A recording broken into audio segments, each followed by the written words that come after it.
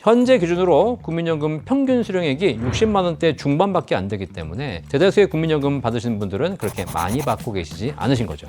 지금부터라도 이 방법 3가지만 이용하신다면 여러분들 국민연금을 더블 2배 가까이 올릴 수 있는 방법이 있습니다. 근데 지금 기금이 고갈돼가지고 국민연금 못 받는다는데 늦게 받거나 이렇게 되면 결국 연금 못 받는 거 아닐까요? 라고 질문하시는데요. 진짜 국가 민족을 위해서 우리 청년들의 미래를 위해서 여러분들이 추후 납부하지 마시고 임의계속가입 하지 마시고 연기연금 하지 마세요. 그럼 여러분들 연금은 폭삭 줄어들 거고요. 대신에 기금은 훨씬 더 안정될 겁니다. 안녕하세요. 대한민국 연금 1등 연금박사 이용주입니다. 유튜브 채널 연금박사를 운영하고 있고요. 대한민국에 있는 모든 연금에 대해서 종합적으로 상담해드리고 있습니다. 저에게 국민연금은 수학능력시험이다. 연금에 대해서 우리가 아셔야 될 게 있습니다. 국민연금은 수학능력시험, 대학 입시처럼 사회제도의 하나라는 겁니다. 사회제도이냐 아니냐가 뭐가 중요하냐면요. 제도를 잘 공부하고 더 많이 알면 더 많이 받을 수 있다는 것입니다. 90년도에 대학을 갈 때는요. 그때는 예비고사, 학력고사 이런 시대였기 때문에 공부 열심히 하면 1등은 제일 좋은 대학을 가고 그다음 2등은 그 밑에 대학을 가고 이렇게 해서 공부한 대로 대학을 갔기 때문에 따로 뭐 다른 공부를 할 필요가 없었죠. 근데 지금 우리나라의 대학 입시 제도를 보면 수시, 정시, 학종, 논술, 추천, 면접 되게 다양한 종류가 있습니다.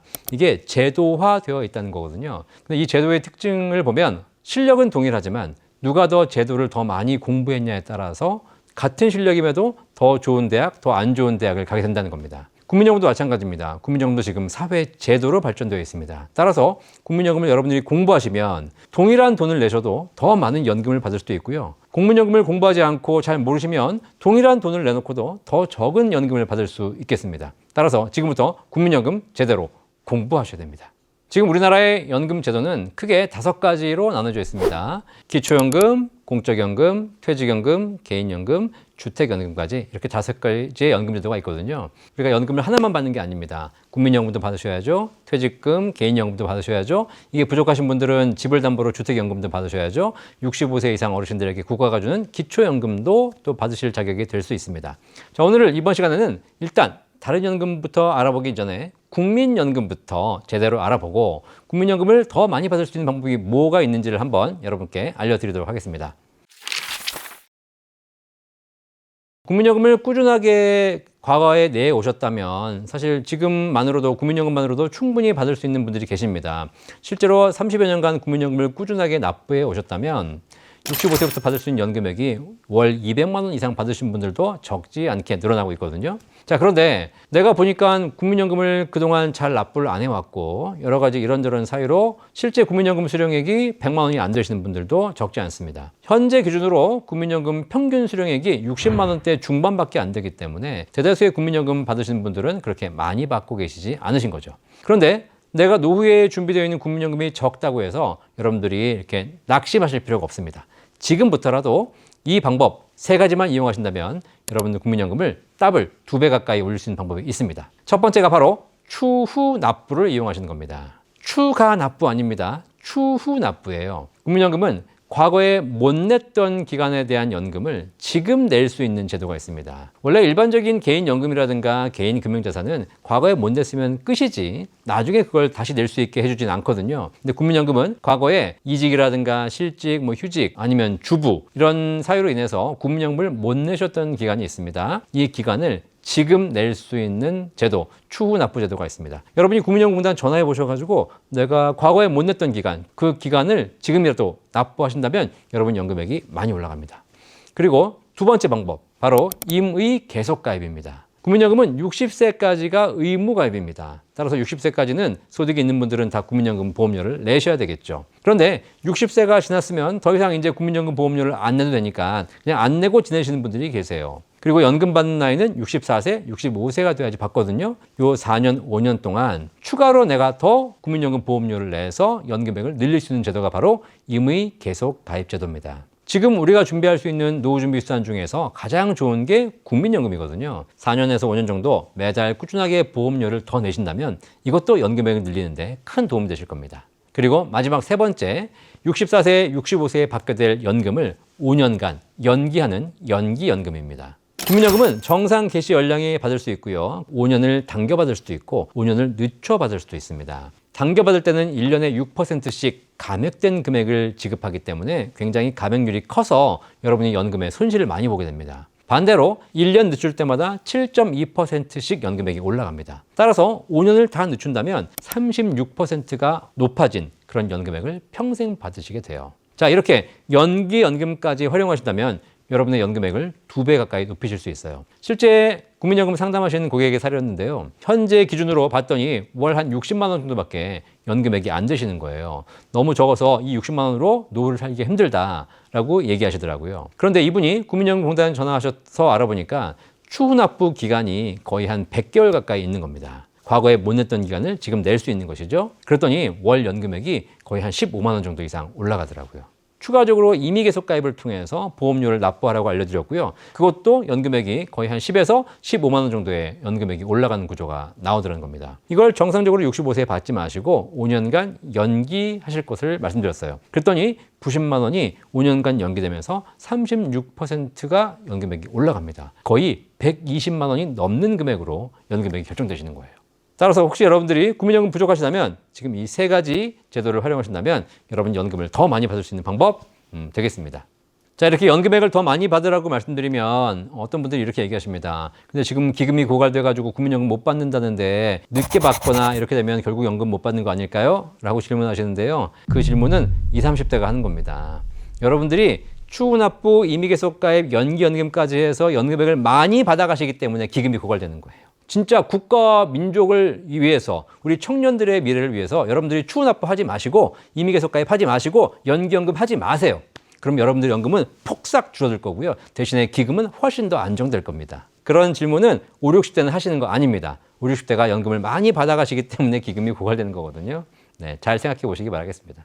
자, 이와 더불어서 여러분들이 국민연금 가입자라면 반드시 알고 계셔야 될 몇 가지 제도들을 추가로 설명드릴게요. 국민연금은 분할연금 제도가 있습니다. 국민연금을 가입하셨던 분들이 이혼할 수 있잖아요. 자, 그런데 국민연금을 납입했던 것은 내가 소득이 있어서 국민연금을 납입한 것이지만 부부가 같이 기여한 것으로 봅니다. 따라서 혹시라도 이혼을 하신다면 혼인 기간 중에 납부했던 부분에 대해서는 반반 분할이 됩니다. 꼭 알고 계셔야 돼요. 왜냐하면 특히 이혼할 때 재산 분할을 하시면서 이 공적연금, 국민연금에 대한 분할을 놓치시는 경우가 있거든요. 그러면 이걸 미처 못했다가 나중에 65세가 돼가지고 그때 다시 재산을 분할해야 되는 상황이 발생하기 때문에 꼭 알고 계셔야 됩니다. 자, 2번째, 국민연금은 나중에 연금 받으실 때 소득이 있으면 국민연금 다 받지 못하고 최대 절반까지 감액되는 감액제도가 있다는 것도 반드시 알고 계셔야 됩니다.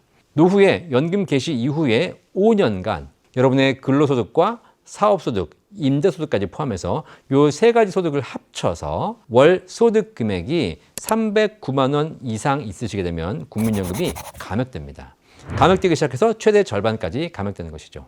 2026년부터는 이 제도가 바뀔 예정입니다. 이 기준은 사실 매년 바뀌거든요. 그래서 309만 원이 아니라 월 509만 원까지는 감액을 하지 않고요. 월 509만 원이 넘어가신 분들에게 감액이 적용됩니다. 그런데 사실 그렇게 고민하실 필요는 없는 것이 혹시라도 소득이 있어서 감액된다 하더라도 국민연금은 연기하는 제도가 있거든요. 그래서 5년 동안 소득이 있어서 감액당할 바에야 그냥 5년을 연기하시면 감액 없이 연기된 금액으로 증액이 돼서 5년 후에는 소득이 있어도 감액 없이 증액된 연금액을 평생 받을 수가 있기 때문에 혹시라도 소득이 있으신 분들은 연기하시면 그 감액을 피하실 수 있겠습니다. 자, 마지막 3번째 알고 계셔야 될 연금에 대한 지식들, 바로 국민연금도 소득세를 내셔야 되는 과세 대상이라는 사실입니다. 국민연금은 보험료를 내실 때 납부한 보험료에 대해서 연말에 소득공제 받습니다. 사업하시는 분들이나 자영업자분들은 매년 5월 달에 종합소득 신고하실 때 세금을 절세할 수 있는 굉장히 중요한 팁이 됩니다.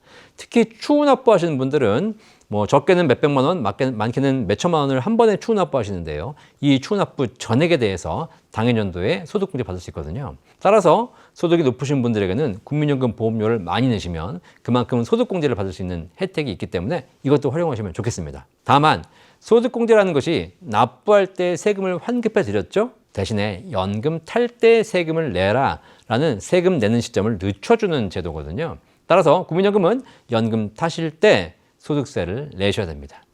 하지만 국민연금 자체가 연금 소득공제도 있고요. 여러 가지 또 세율이 그렇게 높지 않기 때문에 실제 연금을 많이 받는다 하시더라도 그렇게 세금이 많이 나오진 않으니까 걱정하실 필요는 없어요. 그리고 안타깝게도 국민연금 수령액의 50%에 대해서 건강보험료가 부과됩니다. 그래서 국민연금 받을 때 세금도 내셔야 되지만 일정 부분 건강보험료도 발생한다는 것도 우리가 알고 계셔야지 나중에 연금 받으실 때 문제가 없겠습니다. 자, 국민연금은 사회제도입니다. 이 사회제도이기 때문에 싫어하시는 분들이 계세요. 내가 의무적으로 뭘 해야 되고 이렇게 좀 오해하시는 분들이 계시거든요. 하지만 저는 개인적으로 이 국민연금이 사회제도이기 때문에 아주 좋은 특징 3가지를 갖고 있다고 생각합니다. 첫 번째, 국민연금은 강제 납입을 하시는 겁니다. 내가 내고 싶을 때 내고 내기 싫으면 안 내고 이런 게 좋은 거 아닌가요? 라고 얘기하시는 분들이 계십니다. 자, 그런데 여러분 이런 얘기 들어보셨어요? 세상을 편하게 살면서 성공한 사람은 없다. 성공한 사람들은 뭐 운동을 하든 공부를 하든 일을 하든 강제적으로 꾸준하게 반복적으로 하신 분들이 성공했지 않습니까? 국민연금이 그렇습니다. 사실 연금을 납입하라고 하게 되면 돈 있을 때는 더 내고 돈 없으면 안 내고 중간에 깼다 해지했다 이런 경우가 많이 있어요. 하지만 국민연금은 강제 납부이다 보니까 내실 때는 힘들지만 나중에 연금 탈 때가 되면 그나마 꾸준하게 냈던 이 국민연금만 남아있는 경우가 많이 있습니다. 따라서 강제 납부라는 것이 가장 큰 장점이고요. 두 번째, 중도의 인출과 해지가 불가능합니다. 이것이 굉장히 큰 장점이에요. 내가 필요할 때 돈 뺏을 수 있는 것이 이런 유동성이 있는 것이 장점 아닙니까? 라고 생각하시겠지만 그렇게 유동성을 가지고 뺏쓰고 뭐 필요할 때 여러 가지 또 딴 데 쓰고 이렇게 한 상품이 오래 갑니까? 오래 못 갑니다. 가다가 전부 다 중간에 셉니다. 결국은 65세 되면 그나마 남아있는 건 국민연금밖에 없다는 사실이에요. 마지막 국민연금의 장점 바로 평생 종신연금으로만 수령 가능하다는 겁니다. 당장 받다 보면 내 맘대로 쓸 수 없고 금액이 제한되어 있으니까 불편해 보이시겠지만 돌아가신 그날까지 평생 안정적인 금액을 지급한다는 것, 이거밖에 안 된다는 것, 이것이 국민연금의 가장 큰 장점이고요. 나중에 나이 들어보면 노후에 연금을 받아보면 이게 가장 큰 효자라는 것을 여러분이 느끼시게 될 겁니다. 그런데 한 가지 안 좋은 게 있습니다. 바로 국민연금은 일찍 돌아가시면 안 좋습니다.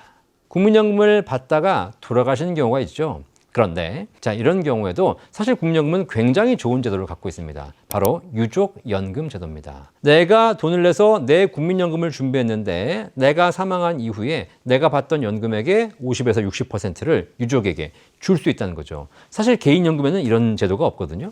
그래서 굉장히 좋은 제도인 건 사실입니다. 그런데 한 가지 단점이 뭐가 있냐면 유족의 범위가 제한되어 있다는 거예요. 첫 번째, 배우자. 두 번째, 25세 미만 자녀 또는 손자녀. 그리고 60세 이상 부모님 또는 조부모. 이렇게 정해져 있어요. 이 3가지 경우만 가능합니다. 그러니까 자녀들이 대부분 다 성장을 했기 때문에 25세 이상이기 때문에 자녀도 대상이 되지 않죠. 그리고 부모님들은 다 돌아가셨을 겁니다. 따라서 내가 열심히 국민연금을 부었지만 만약에 내가 사망했던 시점에 유족의 범위에 해당되는 사람이 없다면 결국은 꽝입니다. 꽝. 사망 일시금 정도, 약간의 장례비 정도를 받을 수 있을 뿐 사실 이 내가 평생 냈던 연금은 누구에게도 주지 못하는 것이죠. 또 하나 문제가 있습니다. 유족이 있다 하더라도 문제가 됩니다. 과거에는 대부분 다 외벌이를 했습니다. 남편은 열심히 직장 생활하면서 국민연금을 부어왔고요. 만약에 남편이 사망하게 된 경우에는 주부였던 부인에게 유족연금이 지급됐죠. 자, 그런데 지금은 대부분 다 맞벌이를 하고 계시고요. 혹은 또 배우자가 집에서 살림을 하신다 하더라도 별도로 국민연금을 가입하고 계신 경우가 많습니다. 중복 수령이 안 됩니다. 둘 중에 하나는 포기하셔야 됩니다. 이러다 보니까 배우자가 연금이 있는 경우에는 결국은 한쪽의 연금을 받지 못하기 때문에 이런 경우에는 유족연금의 효과가 굉장히 많이 떨어질 수 있다는 것. 이 중복 제한의 문제가 유족연금의 두 번째 또 하나 특징이 되겠습니다. 또 하나 유족연금 관련해서 하나의 또 좀 걱정거리가 있는 게 뭐냐면 유족연금을 받던 배우자가 다른 사람과 재혼을 합니다. 자, 그러면 어떻게 되냐? 돌아가신 남편으로부터 받던 유족연금이 소멸됩니다. 그런데 재혼했다가 다시 또 이혼하는 경우도 있지 않습니까? 자, 그렇다고 해가지고 그 전에 포기했던 유족연금이 다시 살아나지 않습니다. 사실 유족연금이라는 것이 내 것이 아니다 보니 이런 문제가 발생합니다. 그래서 유족의 범위에 해당하는 사람이 제한적이다. 그다음에 중복 수급을 받을 수 없다. 유족연금 받다가 재혼하게 되면 소멸된다.